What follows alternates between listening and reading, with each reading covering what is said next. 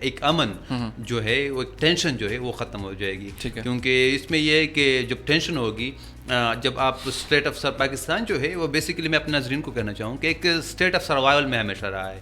وہ ہمیشہ خود کو بچانے کی کوشش کر رہا ہے, وہ کبھی افینسو موڈ میں نہیں کہلائے. پاکستان آپ جب بھی دیکھیں گے اس کو افغان میں, جب افغان وار میں جب وہ کھیلے, جب وہ لڑے وہاں پر اس بیس پہ لڑے کہ شاید رشیا وارم واٹر تک خود کو پہنچانا چاہتا ہے, کراچی تک آنا چاہتا ہے. اس حوالے سے ہم نے جا کے رشیا کو وہاں پہ اس کے ساتھ جنگ کروائی مجاہدین کے ساتھ افغانستان میں.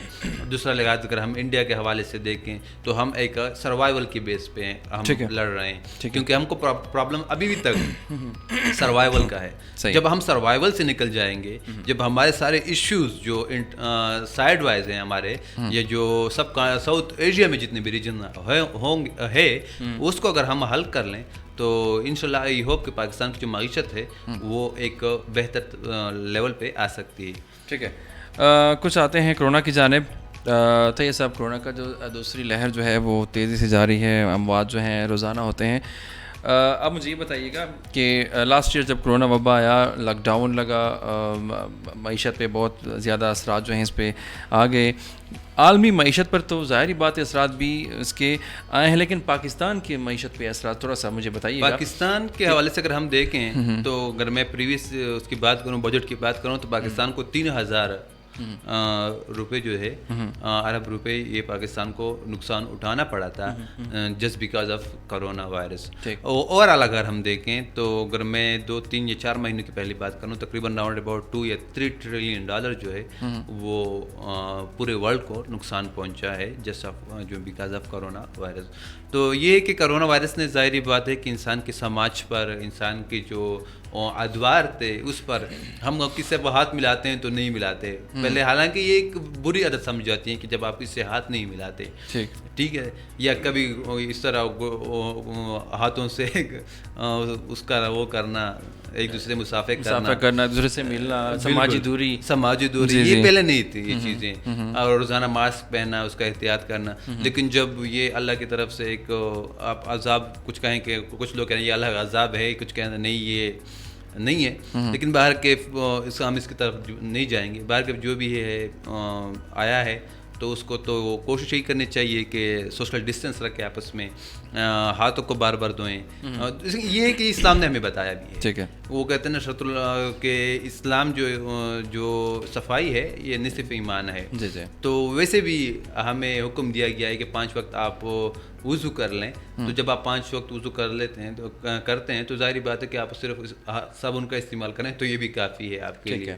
دوسرا یہ کہ آپ اگر دن میں 1 دفعہ نہائیں تو یہ بھی اچھا ہے. ویسے بھی سارے مسلم جو ہیں وہ کم از کم جمعے کے دن نہانا وہ تو سنت ہے. ویسے بھی اگر بندے روزانہ نہائیں تو یہ بھی اچھا ہے. دوسرا یہ کہ یہ اسلام سے ریلیٹڈ باتیں ہیں, اسلام نے پہلے بھی یہ بتائی ہے کہ جب آپ صفائی کا خیال رکھیں گے, جب آپ اس میں زیادہ وہ نہیں کریں گے تو آپ کی بیماریاں کم آئیں گے. لیکن انفارچونیٹلی ہم نے یہ چیز کی. ٹھیک ہے, ہم بات کرتے ہیں ویکسین کے حوالے سے. چائنا نے پاکستان کو ویکسین جو ہے ڈونیٹ کی ہیں اور پاکستان پہنچ گئی ہیں, اور ہماری ڈسٹرکٹ لکی مرود بھی پہنچ چکی ہیں. کیا خیال ہے کہ کہاں تک مؤثر ہو سکتی ہیں یہ ویکسین؟ اچھا, مبصرین یا جو ڈاکٹرز ہیں اس کا تو یہی رائے ہیں کہ 70% تو 80% جو ہے یہ مؤثر ہے. اور یہ مطلب اگر 70-80% بھی پروٹیکشن ہو جائے کرونا وائرس سے یہ بھی اچھی بات ہے. اور لیکن فرنٹ لائن جو ہمارے سولجرز ہیں جیسے ڈاکٹرز ہیں, آج کل جو فرنٹ لائن ہمارے سولجر ظاہری بات ہے ڈاکٹرز ہی ہیں یا پیرامیڈک اسٹاف ہے, اس کو دیے جا رہے ہیں. یہ دوسرے بات کہ 65 سال سے اس کو ایک وہ تو میں بھولا ہوں, لیکن ایک اس پہ آپ میسج کریں, آئی تھنک 11-20 ہے کچھ اس طرح ہے, اس پہ آپ میسج کر لیں کہ میں بھی 65 سال سے میرا عمر زیادہ ہے اور میں بھی چاہتا ہوں, تو آپ کو بھی کرونا ویکسین جو ہے وہ آپ کو مل سکتی ہے. تو یہ حکومت کی طرف سے ایک اچھی حکمت عملی ہے. ٹھیک ہے, دوسری طرف اگر ہم دیکھیں طیب تو بچوں کا جو تعلیمی سال تھا تقریباً ڈسٹرب رہا. تعلیم پر بہت سارے ان کے اثرات جو ہیں پڑے ہیں, اور ابھی میں حال میں دیکھ رہا تھا کہ کچھ بچوں کے جو امتحانات ہو رہے ہیں وہ کچھ بچے جو ہیں وہ انگزائٹی کا شکار ہو گئے ہیں کیونکہ ان کا صحیح طرح ان کی پڑھائی نہیں ہوئی ہے. تو تعلیم اوبیسلی تعلیم پہ بہت زیادہ اثرات ان کے بالکل, اس میں تو کچھ دو رائے نہیں ہے کہ تعلیم پہ تو کافی اثرات ہوئے, مرتب ہوئے کرونا وائرس کی وجہ سے. اور اس کی بنیادی وجہ یہ ہے کہ جب آپ, ہمارے ایک ٹیچر کہا کرتے تھے کہ جب آپ ایک دن چھٹی کرتے ہیں تو اس کا مطلب یہ ہے کہ آپ 7 دن اسکول نہیں آتے. جب آپ 7 دن کرتے ہیں تو اس کا مطلب یہ چھٹی کرتے ہیں تو اس کا مطلب یہ کہ آپ کو 1 مہینے کے بعد تو ویسے بھی انسان کا دل نہیں چاہتا کہ میں وہاں پہ اسکول میں جاؤں. تو سب سے اگر پہلے میں بات کہوں کہ اسکول سے ڈسکنیکٹ ہونا ایک اسٹوڈنٹ کا, تو یہ بہت ایک بڑی الارمنگ سچویشن ہے, کیونکہ جب آپس میں چلڈرن اور ٹیچر کا وہ ایسوسیشن, وہ رابطہ نہیں رہے گا, انٹر ریلیشن شپ نہیں رہے گی, تو اس کی وجہ سے پرابلم تو کریٹ ہوں گے, اور وہ ہوئے بھی.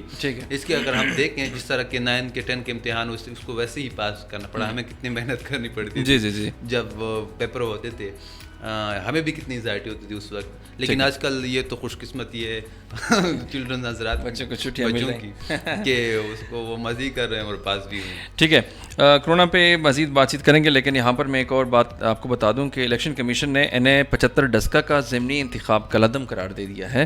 یہ اچھی بات ہے جی. الیکشن کمیشن نے مسلم لیگ کی درخواست منظور کر لی اور پورے حلقے میں دوبارہ انتخابات کرانے کا حکم دے دیا ہے. الیکشن کمیشن نے کہا ہے کہ تمام پولنگ اسٹیشن پر 18 مارچ کو دوبارہ ضمنی الیکشن ہوگا. پچھلے ضمنی الیکشن میں انتخابی ماحول خراب کیا گیا. ضمنی الیکشن کے دوران لڑائی جھگڑے کے واقعات ہوئے. ووٹرز کو ان کا حق مکمل طور پر فراہم نہیں کیا جا سکا. تو یہ الیکشن کمیشن کی جانب سے یہ حکم نامہ جو ہے جاری ہوا ہے, اور پورا جو الیکشن ہے ضمنی انتخابات ان کو کالعدم قرار دے دیا گیا ہے. کیا خیال ہے طیب, اس طرح کا ماحول ہم پورے پاکستان عام الیکشن میں بھی ہم دیکھتے رہتے ہیں؟ اس میں اگر ہم بیسیکلی اس کو دیکھ لیں تو اگر ڈسک کی ہم بات کریں یعنی 75 کی ہم بات کریں تو اس میں یہ ہوا تھا کہ کچھ لوگ یہ کہہ رہے تھے کہ وہاں پہ جو افسران تھے وہ 2 بجے کے بعد آئے. 20 حلقوں میں کچھ اس طرح تھے کہ وہاں پہ جو افسران تھے وہ 2 بجے کے بعد آیا. اس سے پہلے کدھر تھے یہ کچھ پتہ نہیں تھا.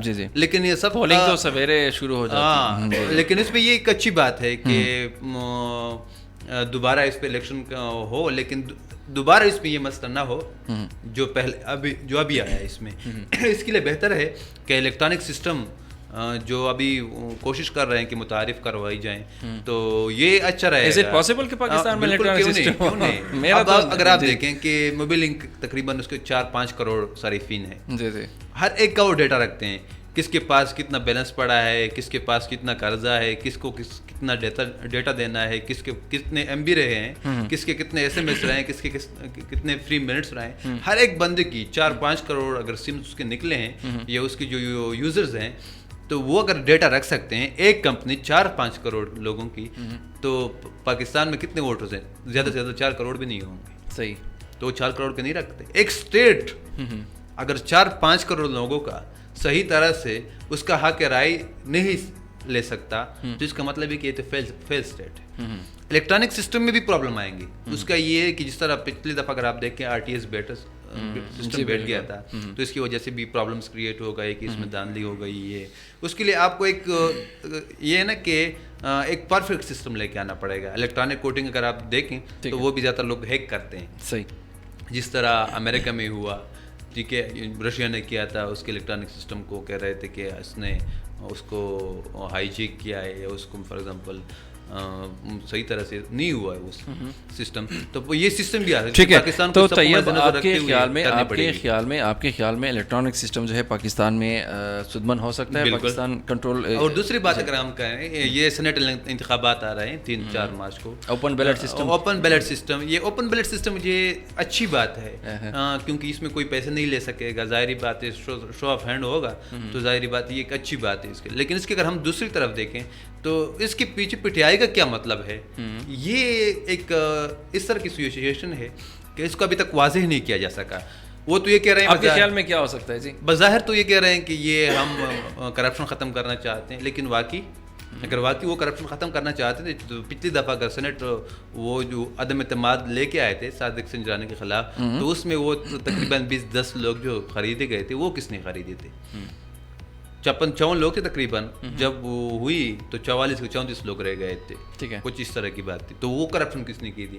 لیکن باہر کے عمران خان کو پھر بھی اس کا فائدہ ہے، کیونکہ یہاں پہ ووٹ کون ڈالتا ہے؟ MPA اور MNAs ڈالتے ہیں. کوئی عام بندہ نہیں ووٹ ڈالتا.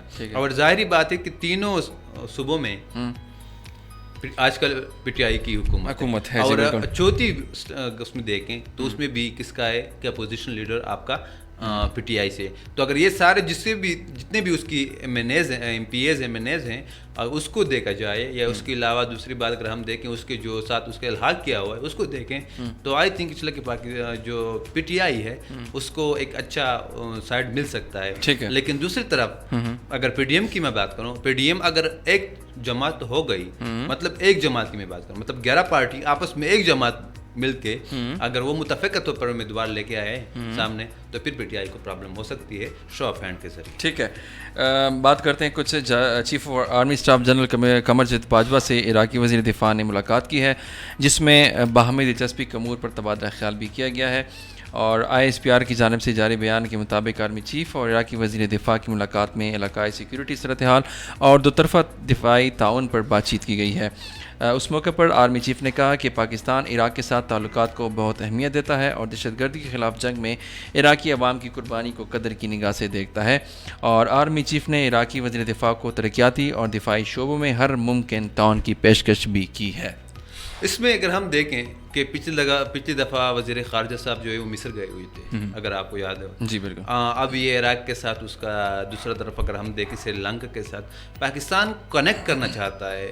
اگر ہم پاکستان کی فارن پالیسی دیکھیں تو وہ جتنے بھی اس کے ریجنل کنٹریز ہیں، وہ ریجنل کنٹریز کو کیا کرنا چاہتا ہے؟ کنیکٹ کرنا چاہتا ہے آپس میں، کہ اس کے ساتھ کوآرڈینیشن بہتر رہے. کیونکہ ظاہری بات ہے ٹوٹلی آئی تھنک 2030 میں مکمل ہو رہا ہے. سیکنڈ فیز ابھی شروع ہوگا 2030 سے، تھرڈ فیز 2030 سے شروع ہوگا 2024-2030 تک. لیکن یہ 2030 تک یہ کچھ 9 سال رہتے ہیں، اس میں ٹوٹل سپیک کمپلیٹ ہوگا. تو اس لحاظ سے اگر ہم دیکھیں ریجنلی، اگر ہم دیکھیں تو پاکستان کوشش کر رہا ہے، فارن آفس ہے وہ یہ کوشش کر رہا ہے کہ پاکستان کے جو تعلقات ہیں وہ خاص طور پر بالخصوص انٹرنل جو کنٹریز ہیں یا ریجنل جو کنٹریز ہیں اس کے ساتھ وہ تعلقات کو بحال کرنے کی کوشش کر رہے ہیں. اور یہ ایک اچھی اور خوشائند بات، یہ پاکستان عراق دونوں کے لیے جو ہے اچھی بات ہے. ہم بات کر رہے ہیں آخر میں کرونا کے حوالے سے وفاقی وزیر تعلیم شفقت محمود نے کہا ہے کہ کرونا صورتحال میں بہتری کے باعث 1 مارچ سے تمام اسکول معمول کے مطابق کھلیں گے. وفاقی وزیر نے یہ بھی کہا ہے کہ بڑے شہروں میں 50% بچوں کو بلانے کی پابندی بھی 28 فروری کو ختم ہو جائے گی. اور PSL میچز کے حوالے سے یہ کہا ہے کہ PSL میچز میں شائقین کی تعداد 20% سے 50% بڑھانے کا بھی فیصلہ کر لیا گیا ہے، جبکہ پلے آف میچز میں SOPs کے تحت تمام شائقین کو آنے کی اجازت دے دی گئی. تو یہ بہت اچھا فیصلہ ہوا ہے اور امید کرتے ہیں کہ کرونا بھی جلد ختم ہو پاکستان سے انشاءاللہ. ضرور. تو PSL آپ دیکھتے ہیں میچز؟ ضرور، کیوں نہیں. کس کو سپورٹ کر رہے ہیں آپ؟ یار لاہور قلندر کو. لیے کہ پشاور زلمی اچھا کھیلے پریویس میچ میں، جس طرح اس نے 194 آئی تھنک اس کو چیز کیا ہے. حیدر علی نے جس طرح 9 بالوں پہ 24 رنز کیے، امام الحق جس طرح کھیلے. افتخار بھی کچھ نہیں، افتخار تو کل اچھا کھیلا تھا. وہ نہیں، اس سے پہلے جو امام کے ساتھ تھا کیا نام تھا؟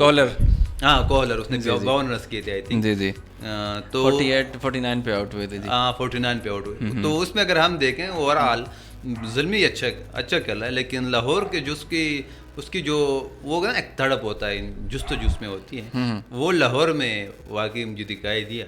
اور جس طرح لاہور نے اس کو چیز کیا، واٹ اے فینٹاسٹک. سو انشاءاللہ آج تو چھٹی ہے، کل 2 میچز ہیں اور 50% شائقین جو ہیں وہ آئیں گے. اور پلے آف میچز میں تقریباً اچھا فرمان بھائی، اگر ہم بات کریں میچز جو ہے وہ شائقین کے ساتھ اس کا اپنا ایک مزہ ہے. خالی گراؤنڈ میں کھیلنا اور اس کے ساتھ شائقین کے سامنے کھیلنا، اور دوسری بات کہ جو ویورز اس کے لحاظ سے اس پہ ٹیز پہ دیکھتے ہیں اور وہ شائقین کو دیکھتے ہیں، شائقین کے سامنے وہ جب وہ بھی جذبہ آ جاتے ہیں، وہ بھی جذبہ، اس کا ایک مزہ ہے. اوکے، تھینک یو سو مچ صاحب، بہت بہت شکریہ. سو ناظرین، امید کرتے ہیں کہ جلد پاکستان سے کرونا کا خاتمہ ہو اور PSL کے میچز اچھے ہوں. اور ہم یہ بھی امید کرتے ہیں، ہم یہ بھی چاہتے ہیں کہ پاکستان کے تمام جو عوام ہیں، وہ جو کرکٹ کے لورز ہیں، وہ اسٹیڈیم آئے اور PSL کو انجوائے کریں. فرمان خوازیر کو دیجیے گا اجازت. اللہ نے کے بان.